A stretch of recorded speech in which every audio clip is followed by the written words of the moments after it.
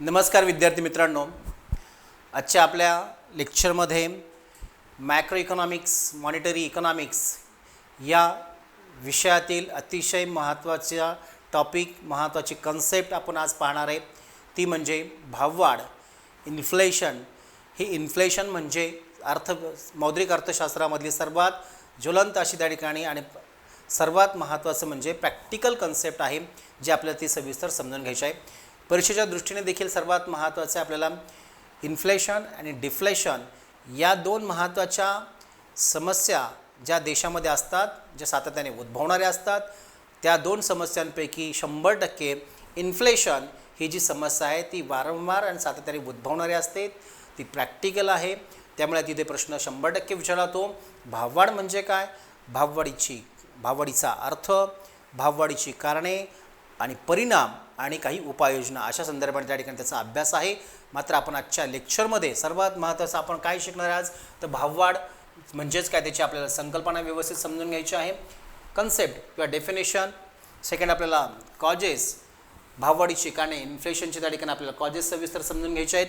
पुढे आपल्याला भाववाढीच्या त्या ठिकाणी आपल्याला परिणाम देखील आपल्याला पाहिजे आहेत. तर सर्वात महत्त्वाचं अर्थव्यवस्थेमध्ये सर्वात महत्त्वाचं म्हणजे तेजी आणि मंदी या दोन टोकांच्या अवस्था आणि त्या दोन टोकांच्या अवस्थांमधून निर्माण होणाऱ्या दोन आर्थिक समस्या ज्या आहेत, एक म्हणजे तेजीच्या अवस्थेमधून निर्माण होणारी ही आपली भाववाढीची समस्या, जी आज आपण सविस्तर पाहणार आहे.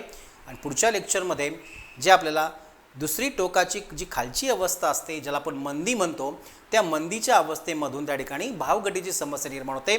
तर आपल्याला या दोन्हीही या आर्थिक समस्या ज्या आहेत, एकीकडे आपली वरची समस्या जी भाववाढ आहे आणि दुसरी जी आपल्याला खालची टोकाची समस्या त्याला आपण भावघट म्हणतो.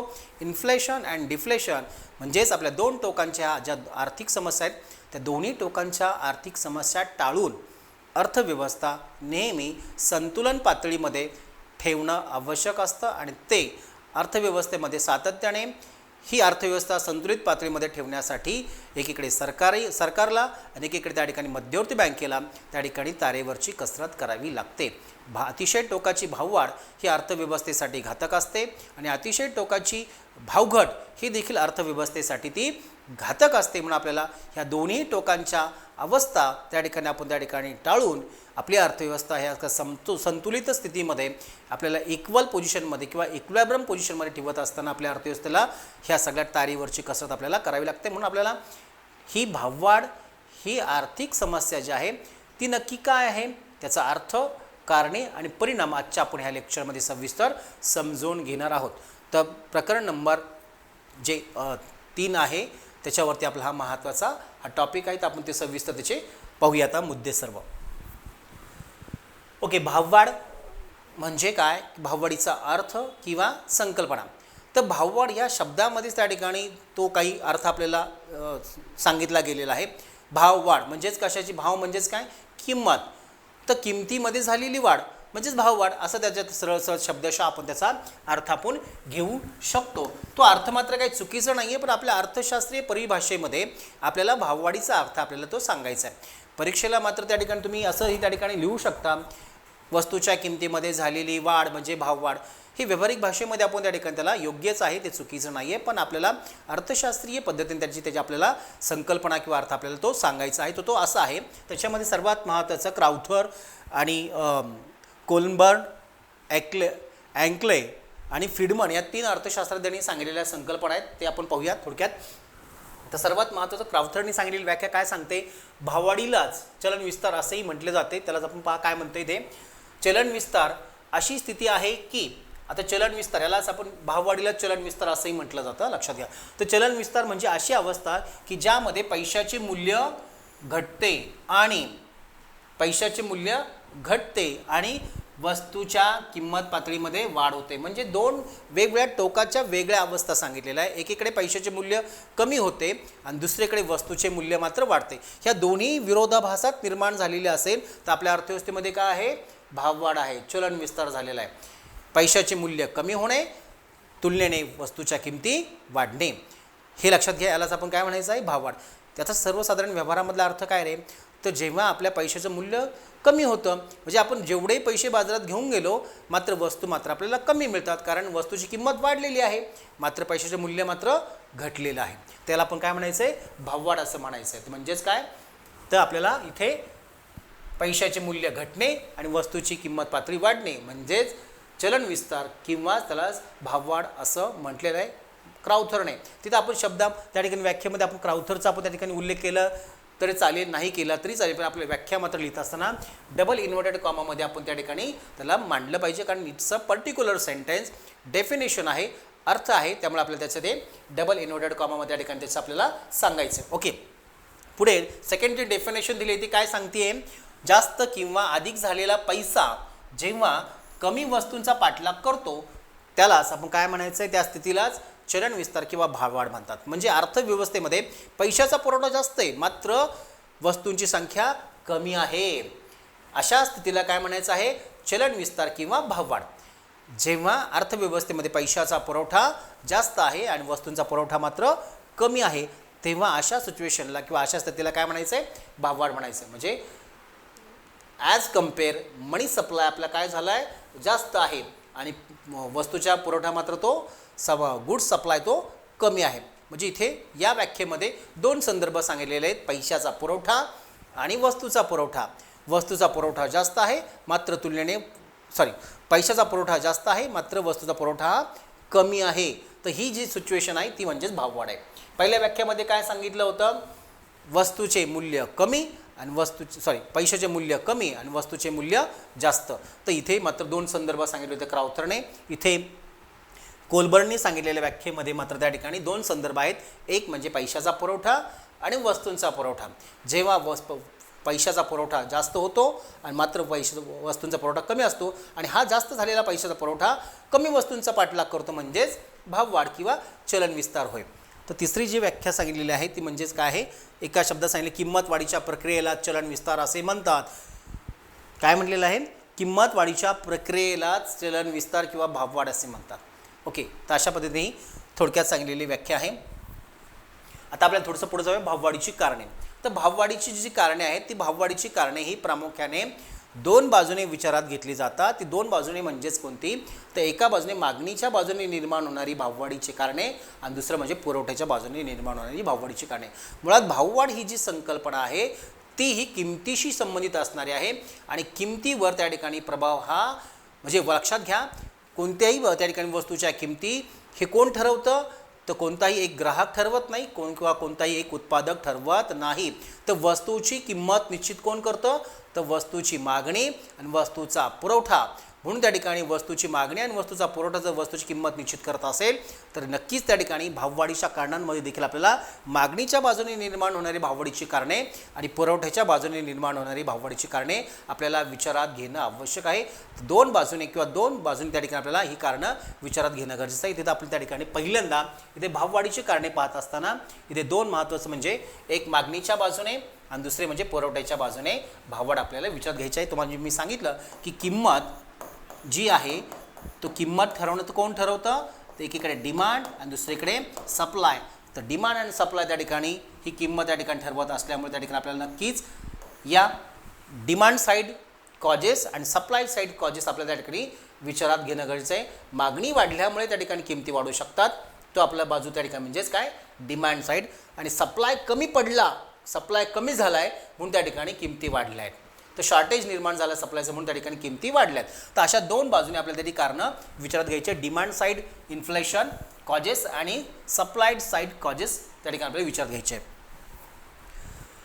इथे पहा, पहिल्यांदा मागणीच्या बाजूने निर्माण होणारी भाववाढीची कारणे, डिमांड साईड इन्फ्लेशन जे आहे त्याचे काही महत्त्वाचे मुद्दे आपण त्या ठिकाणी आहेत. ते कारणे कोणकोणते आहेत, ते 10 महत्त्वाचे कारणं दिलेली आहेत तिथे. ते आपण 1 to 1 आपण ते सविस्तर थोडक्यात समजून घेऊया. तर सर्वात महत्त्वाचं म्हणजे लोकसंख्येतील मोठी वाढ, हे सगळ्यात महत्त्वाचे. जेवढी लोकसंख्या जास्त तेवढी मागणी जास्त. मागणीच्या तुलनेमध्ये जर वस्तूचा पुरवठा जर वाढला नाही तर मात्र आपल्याकडे काय निर्माण होते, भाववाढ निर्माण होते. पहिलं कारण आहे प्रचंड लोकसंख्या किंवा रॅपिडली पॉप्युलेशन ग्रोथ. हे सगळ्यात महत्त्वाचं त्याचं आपलं कारण आपल्याला सांगता येणार आहे. इथे दुसरं जे महत्त्वाचं सांगितले ते काय सांगितले, सार्वजनिक खर्चातील वाढ. आपलं पब्लिक एक्सपेंडिचर हे सगळ्यात महत्त्वाचं भाववाढीसाठी कारणीभूत आहे. कारण मागणी का वाढते, कारण लोकांचं उत्पन्न वाढतं. उत्पन्न का वाढतं, शासनाचा खर्च वाढतो. एक असं समीकरण विचारात घेतलं जातं, शासनाचा खर्च म्हणजे सर्वसामान्य लोकांचं उत्पन्न, असं त्या ठिकाणी समीकरण आहे किंवा अशा प्रकारचं त्या ठिकाणी आपल्याला ते गणित आहे. म्हणजे आपल्याला जेवढा शासनाचा खर्च वाढत जाणार आहे तेवढं लोकांचं उत्पन्न वाढत जाणार आहे. म्हणून त्या ठिकाणी शासनाचा खर्च जेवढा जास्त तेवढं लोकांचं उत्पन्न जास्त, आणि लोकांचं उत्पन्न जेवढं जास्त तेवढं तुमचं त्या ठिकाणी भाववाढ वाढू शकते. म्हणून त्या ठिकाणी आपल्याला भाववाढीसाठी इन्क्रीज इन पॉप्युलेशन एक्सपेंडिचर देखील कारणीभूत ठरतो. पुढे आहे खाजगी खर्चातील वाढ. जसं सार्वजनिक खर्च महत्त्वाचा आहे तसं खाजगी खर्च पण महत्त्वाचा आहे. लोकांनी देखील मोठ्या प्रमाणात खर्च केला तर तेवढ्या प्रमाणात त्या ठिकाणी त्या ठिकाणी मागणी वाढणार आहे. Increase in private expenditure. पुढे निर्यातीमध्ये झालेली वाढ. तर निर्यातीमध्ये झालेली वाढ ही देखील सर्वात महत्त्वाचं आहे, कारण इथे काय होणार आहे, तर आपली निर्यात जर त्या ठिकाणी जर वाढली तर सर्वात महत्त्वाचं म्हणजे आपल्या देशांतर्गत वस्तूंचा पुरवठा कमी होऊ शकतो आणि परिणामी आपल्याकडे देशामध्ये वस्तूची टंचाई निर्माण होऊ शकते आणि परिणामी आपल्याकडे भाववाढ होऊ शकते. म्हणून त्या ठिकाणी निर्यातीमध्ये झालेली वाढ हा देखील सर्वात महत्त्वाचं त्याचं कारण आहे. पुढे शासनाचे कर सवलतीचे धोरण. इथे शासनाचे कर सवलतीचे धोरण म्हणजेच कोणते, तर त्या ठिकाणी शासन त्या ठिकाणी टॅक्समध्ये कोणतं त्या ठिकाणी वाढीचं धोरण स्वीकारतं आहे की करामध्ये कपातीचं धोरण स्वीकारतं आहे, याचा परिणाम तुमच्या भाववाढीवर होत असतो. जर शासनाने करामध्ये जर कपातीचं धोरण स्वीकारलं त्याला आपण म्हणूया चीफ टॅक्स पॉलिसी, स्वस्त कर धोरणाचा जर अवलंब केला तर लोकांच्या हातामध्ये जास्तीत जास्त करामध्ये सवलत मिळाल्यामध्ये लोकांच्या हातामध्ये जास्तीत जास्त पैसा शिल्लक राहणार आहे आणि अतिरिक्त शिल्लक राहिलेला पैसा कदाचित बाजारामध्ये अधिकची मागणी निर्माण करू शकतो, एक्सेस डिमांड त्या ठिकाणी क्रिएट करू शकतो आणि अशी एक्सेस डिमांड कदाचित आपल्याकडे काय होणार, ती भाववाढीमध्ये कन्वर्ट होणार आहे. म्हणून त्या ठिकाणी आपल्याला सर्वात महत्त्वाचं काय आहे, तिथे शासनाचं चीफ टॅक्स पॉलिसी जे आहे ते महत्त्वाचं आहे. चीफ टॅक्स पॉलिसी हे जे आहे ते सर्वात महत्त्वाचं. ते जर शासनाने जर स्वीकारलं स्वस्त कर धोरण तर त्या स्वस्त कर धोरणाचा परिणाम भाववाढीमध्ये होऊ शकतो. म्हणून आपल्या इथे शासनाचं कर विषयक धोरण जे आहे ते पण देखील कारणीभूत ठरतं. पुढे अंतर्गत बाह्य कर्जाची परतफेड. शासनाने घेतलेले कर्ज आणि त्या कर्जाची परतफेड करत असताना त्या ठिकाणी आपल्याला मोठ्या प्रमाणात त्या ठिकाणी काय होतं, तर आपले जे चलन आहे तो देखील मोठ्या प्रमाणात त्या ठिकाणी वाढतं. म्हणजे कर्ज घेतलं असेल तर कर्ज जर काढलं तर मोठ्या प्रमाणात त्या ठिकाणी शासनाचा खर्च देखील वाढत जातो कर्जाच्या माध्यमातून. म्हणजे त्या ठिकाणी आपली डिमांड वाढणार आहे. पुढे सातत्याने केला जाणारा तुटीचा अर्थभरणा. तुटीचा अर्थभरणा म्हणजे शासनाने अतिरिक्त पैशाची निर्मिती किंवा चलनाची निर्मिती करणं. दरवर्षी त्या ठिकाणी आपल्याकडे नवीन नाणी नोटा त्या ठिकाणी बाजारामध्ये येतात. म्हणजेच काय, तर तुटीच्या अर्थभरण्याच्या माध्यमातून त्या ठिकाणी नवीन करन्सी बाजारामध्ये येते आणि ती ॲडिशनल करन्सी त्या ठिकाणी आपल्याकडे काय होती, लोकांच्या हातामध्ये अधिकची पर्चेसिंग पॉवर निर्माण करते, अधिकची काय होते तर खरेदी शक्ती वाढवण्यास कारणीभूत ठरते आणि परिणाम आपल्याकडे डिमांड साईड त्या ठिकाणी वाढते आणि परिणामी पुरवठा मात्र वाढत नाही आणि परिणाम आपल्याकडे भाववाढ निर्माण होते. तिथे अतिरिक्त तुटीचा अर्थभरणा हा देखील आपल्या भाववाढीसाठी मागणी निर्माण होण्यासाठी कारणीभूत ठरतो. पुढे काळा पैसा ब्लॅक मनी हा त्या ठिकाणी सर्वात महत्त्वाचं आहे. आपल्याकडे खूप सारा ब्लॅक मनी म्हणजेच ज्याच्या नोंदी शासन दरबारी नाही आहे किंवा जो त्या ठिकाणी उद्योग किंवा व्यवसाय त्या ठिकाणी अधिकृत किंवा नोंदणीकृत नाही, अशा उद्योग व्यवसायापासून मिळणारं उत्पन्न हे त्या ठिकाणी शासनाच्या कॅल्क्युलेशनमध्ये येत नाही. परिणामी त्या ठिकाणी शासनाला त्याचा अंदाज येत नाही आणि परिणामी आपल्याकडे लोकांच्या मागणीचा अंदाज येत नाही एकदम परफेक्ट, आणि परिणामी मात्र आपल्याला वस्तू तशा पद्धतीने निर्माण करता येत नाही आणि परिणामी आपल्याकडे मग अधिकचा काळा पैसा अधिकची त्या ठिकाणी मागणी निर्माण करणारा ठरतो आणि परिणामी आपल्याकडे भाववाढ निर्माण होते. पुढे ब्लॅक मनी हा देखील आपल्याकडे सर्वात महत्त्वाचा आहे. पुढे मध्यवर्ती बँकेचे स्वस्त पैसा धोरण, चीफ मॉनिटरी पॉलिसी जी RBIची असते, तर ती पॉलिसी देखील तुमच्या भाववाढीसाठी कारणीभूत ठरते. जसं की त्या ठिकाणी RBIच्या माध्यमातून त्या ठिकाणी bank rate, repo rate, CRR, SLR या मॉनिटरी पॉलिसी अंतर्गत त्या ठिकाणी जे काय पॉलिसी रेट्स आहेत ते पॉलिसी रेट्स त्या ठिकाणी कमी जर केले तर लोकांच्या हातामध्ये जास्तीत जास्त पैसा जातो आणि परिणामी लोकांच्या हातामध्ये जेवढा जास्त पैसा जाईल तेवढ्या मोठ्या प्रमाणात त्यांची मागणी वाढते, पर्चेसिंग पॉवर वाढते आणि परिणामी मागणी वाढून त्या ठिकाणी बाजारामध्ये भाववाढ निर्माण होते. कारण तेवढ्या मोठ्या प्रमाणामध्ये पुरवठा मात्र तो निर्माण होऊ शकत नाही किंवा ते निर्माण केला जात नाही, परिणामी आपल्याकडे भाववाढ निर्माण होते. म्हणजे आपल्याला मध्यवर्ती बँक RBIचे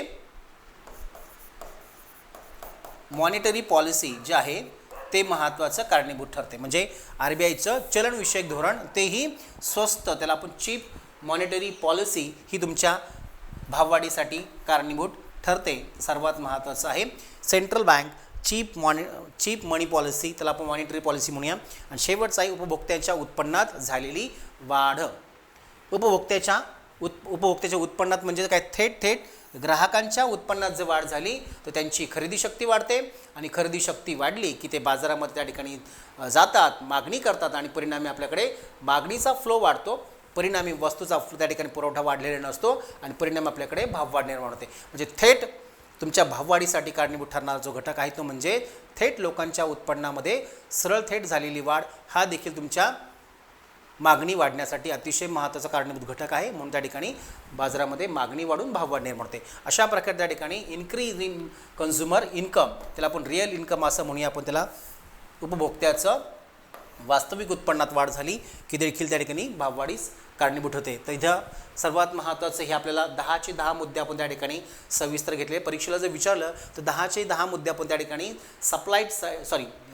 डिमांड साईड आपण त्या ठिकाणी हे सगळे मुद्दे लिहिणं अपेक्षित आहे. तर इथे सगळं आपले झालेले आहेत. थोडंसं आपण पुरवठ्याच्या बाजूने पाहूया. पुरवठ्याच्या बाजूने निर्माण होणारी भाववाढीची कारणे कोणकोणती आहेत, तिथे आपल्याला 6च महत्त्व दिले. इथे पुरवठ्याच्या बाजूने म्हणजेच काय, जेव्हा आपल्या देशामध्ये पुरवठा कमी पडतो, म्हणजे का कमी पडतो त्याची कारणे दिलेली आहेत. पुरवठा कमी झाल्यामुळे आपली मागणी त्या ठिकाणी फुलफिल करता येत नाही आणि परिणामी आपल्याकडे भाववाढ निर्माण होते.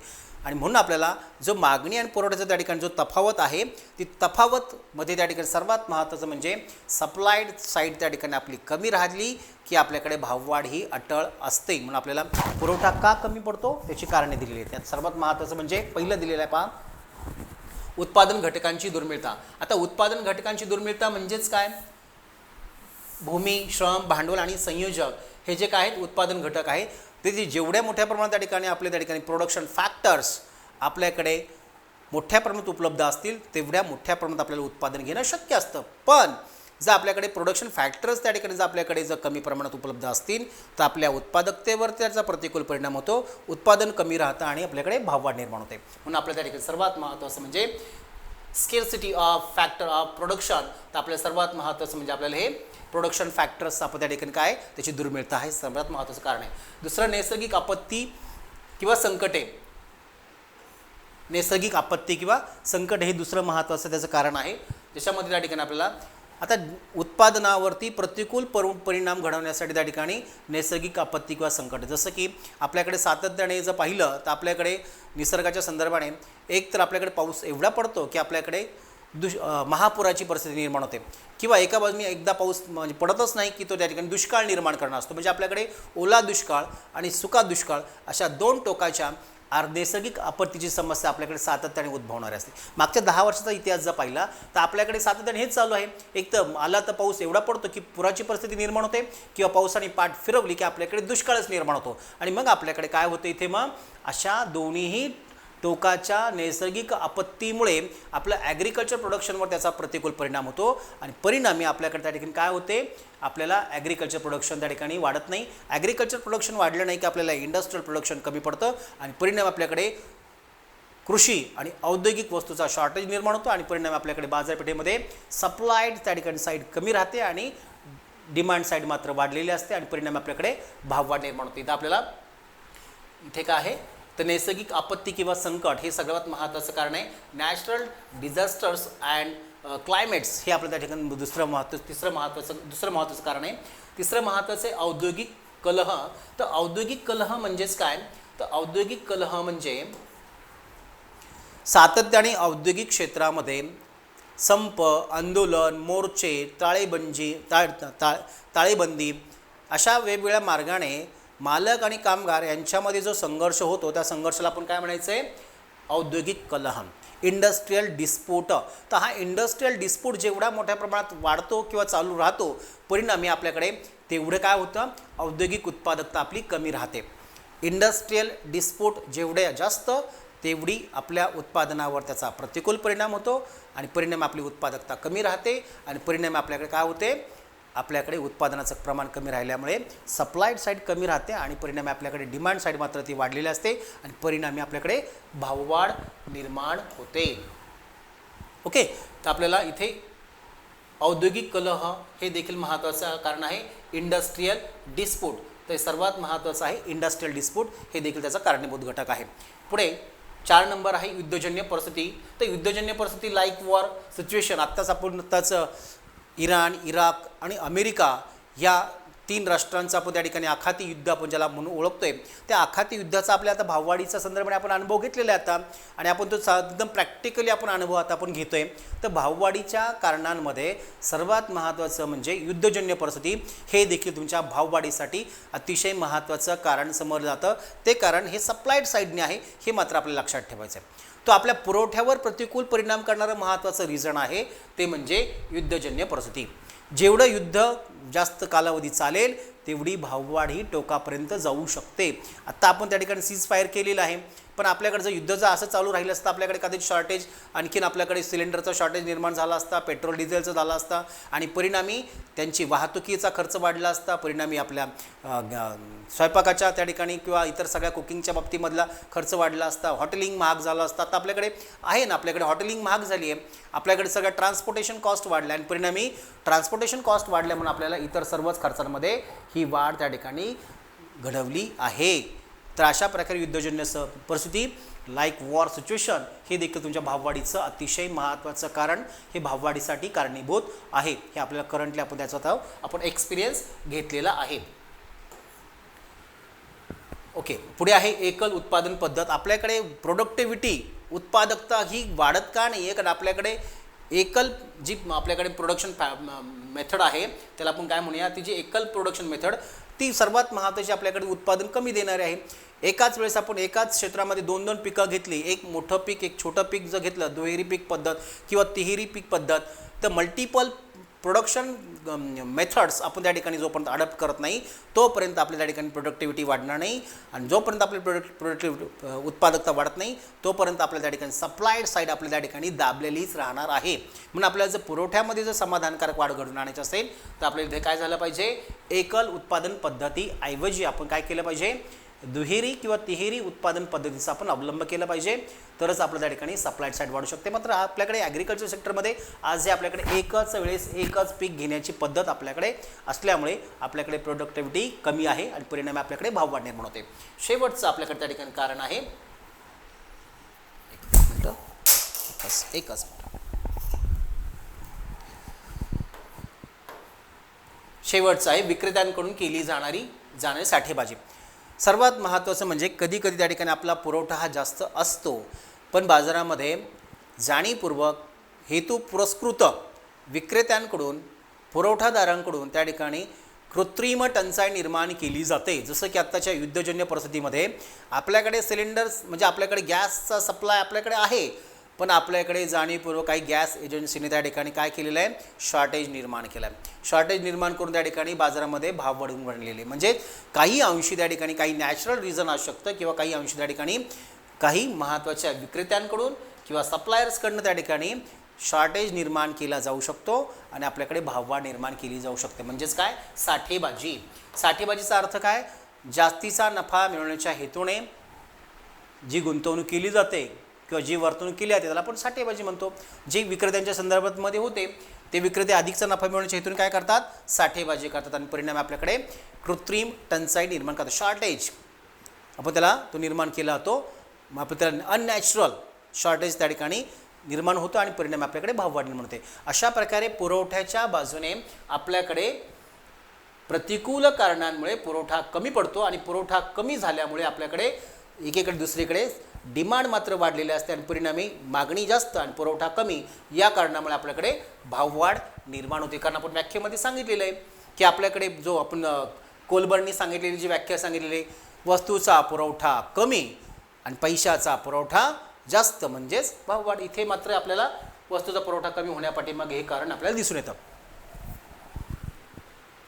आता भाववाढीचे परिणाम इथं थोडंसं आता पहा. भाववाढीचे परिणाम जे आहेत, एकच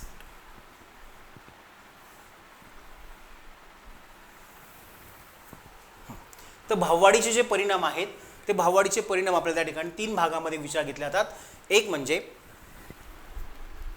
भाववाढीचे परिणाम 3 भागांमध्ये विचार घेतला. जसं भाववाढीची कारणे दोन बाजूने घेतली जातात, एक म्हणजे मागणीच्या बाजूने आणि दुसरं पुरवठ्याच्या बाजूने. तसे भाववाढीचे परिणाम देखील तीन भागांवरती त्या ठिकाणी तीन भागानुसार विचार घेतले जातात. एक म्हणजे उत्पादनावरील परिणाम, दुसरं महत्त्वाचं म्हणजे त्या ठिकाणी उत्पादनावरील परिणाम आपण पहिल्यांदा पाहून घेऊया. उत्पादनावरील परिणामांमध्ये त्या ठिकाणी दुसरं वितरणावरील, नंतर इतर परिणाम आहेत.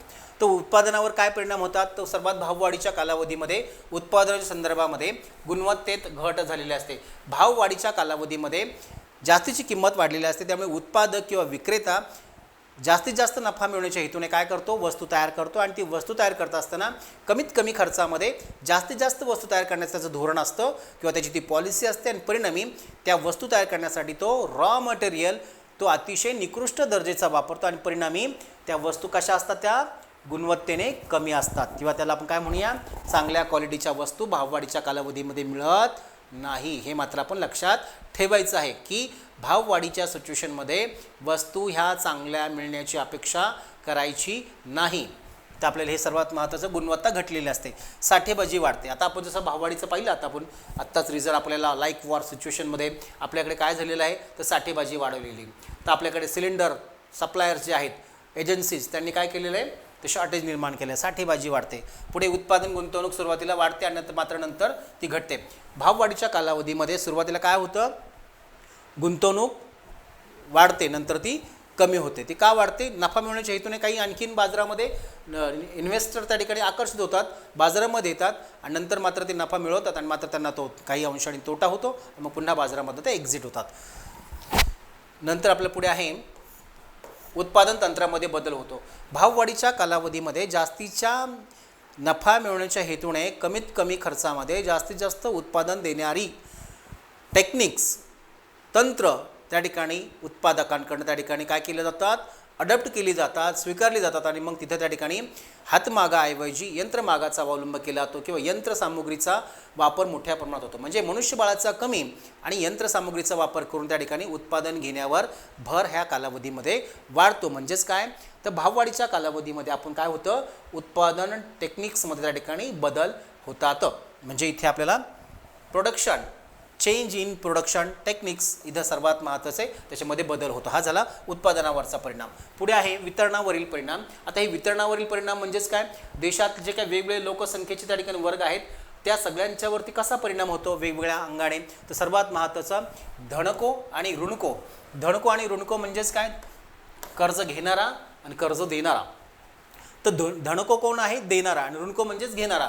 तिथे दोघांवर त्या ठिकाणी जर विचार घेतला तर भाववाढीचा कालावधीमध्ये धनकोवर त्या ठिकाणी काय होतो, अनुकूल परिणाम होतो, कारण त्याला काय होतं, अधिकचं त्या ठिकाणी त्याला व्याजदर मिळणारा असतं. इथं मात्र याच्यावरती वाईट परिणाम होतो. इथे पगारदार वर्गावर कसा परिणाम होतो, ऑलवेज सॅलरीड पर्सनवर काय सॅलरी मिळणाऱ्या लोकांवर कसा होतो, त्याचा कामगार वर्गावरती किंवा नोकरदार वर्गावर त्याचा वाईट परिणाम होतो. कसा होतो, वाईट परिणाम होतो, बॅड इम्पॅक्ट होतो. तो का, तर कारण इथे भाववाढीच्या कालावधीमध्ये वस्तूच्या किमती वाढलेल्या असतात, पण ह्या पगारी नोकरदार वर्गांचा पगार मात्र वाढलेला नसतो किंवा कोणताही अधिकचा महागाई भत्ता त्यांना दिला जात नसल्यामुळे त्या ठिकाणी त्यांच्यावरती काय होतं, तर त्यांचं रिअल इन्कम त्या ठिकाणी कमी होतं आणि परिणाम इथे त्याचा वाईट परिणाम होतो. पुढे उद्योजक यांच्यावर कसा परिणाम होतो, उद्योजकांवर त्यांच्यावर चांगलाच परिणाम होतो. कारण उद्योजकांना त्यांना बाजारामध्ये अतिशय चांगले त्या ठिकाणी दिवस आलेले असतात, कारण बाजारामध्ये वस्तूच्या किमती वाढलेल्या असतात, वस्तूच्या किमती वाढल्या आहेत, त्यामुळे त्यांचा नफा वाढतो आणि परिणामी त्यांचं आर्थिक स्थितीही चांगली समाधानकारक सुधारते. तर उद्योजकांवरती चांगला परिणाम होतो.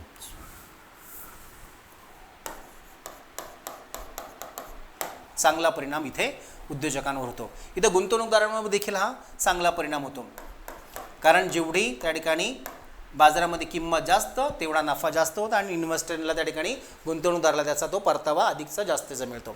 पुढे शेतकरी वर्गावर मात्र इथे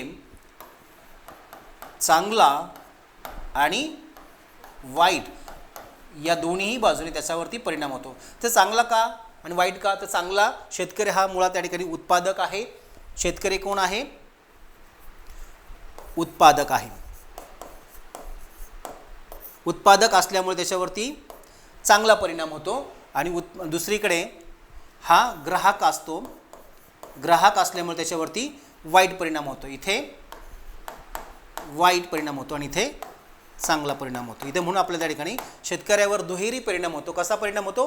दुहेरी परिणाम होतो, चांगला आणि वाईट. तर चांगला का होतो? कारण शेतकरी हा उत्पादक आहे म्हणून त्याच्यावरती चांगला परिणाम होतो, कारण मालाला चांगली किंमत मिळाल्यामुळे त्याला नफा मिळतो म्हणून तो चांगला परिणाम. दुसऱ्या बाजूने त्या ठिकाणी तो बाजारामध्ये ग्राहक म्हणून देखील त्याला त्या काही वस्तू खरेदी कराव्या लागतात. मात्र दुसरीकडे त्या ठिकाणी भाववाढीच्या कालावधीमध्ये किमती वाढल्यामुळे त्याला महागड्या किमतीने वस्तू पुन्हा खरेदी कराव्या लागतात, जीवन उपयोगी म्हणून त्याच्यावरती देखील पुन्हा प्रतिकूल परिणाम होतो. म्हणून तिथे चांगला आणि वाईट as a producer, as a consumer त्या ठिकाणी त्याला दुहेरी इम्पॅक्ट त्याच्यावरती होतो. हे अशा प्रकारे हे वितरणाचे परिणाम आहेत. इतर परिणामांमध्ये पहा, देशांतर्गत बचतीवर त्याचा प्रतिकूल परिणाम होतो. भाववाढीच्या कालावधीमध्ये काय होतं? इथे सर्वात महत्त्वाचं आपली देशांतर्गत बचत ही घटते, कारण उत्पन्न महागाई वाढल्यामुळे त्या ठिकाणी त्यांची बचतच होत नाही आणि बचत नसल्यामुळे त्या ठिकाणी त्याचा प्रतिकूल परिणाम होतो.